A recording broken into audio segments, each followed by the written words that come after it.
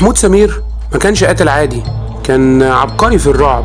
عارف ازاي يسيب بصمته وازاي يخلي الضحية تموت من قبل اصلا ما تموت، سواء بالخوف او بالترقب او بالاحساس ان الموت جاي مهما الضحية حاولت تهرب. استاذ فنون، مستني منه ايه؟ دلوقتي هدفه بقى واضح جدا، بنت الضابط عادل فريد. اللعبة اللي كان بيجهز لها من سنين وصلت لاخر فصل والميعاد بقى قريب جدا. عادل برضو ما كانش بني ادم سهل، من اول ما لقى صورة بنته على مراية الحمام عرف ان الوقت بيخلص منه وانه لازم يتحرك بسرعة.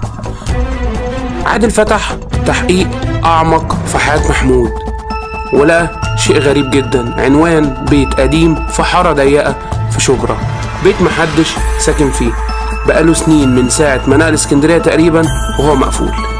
بس المفاجأة ان البيت ده ما كانش بيت محمود، لا ده كان بيت خطيبة محمود اللي ماتت. هل ده مكان الجريمة الأخيرة؟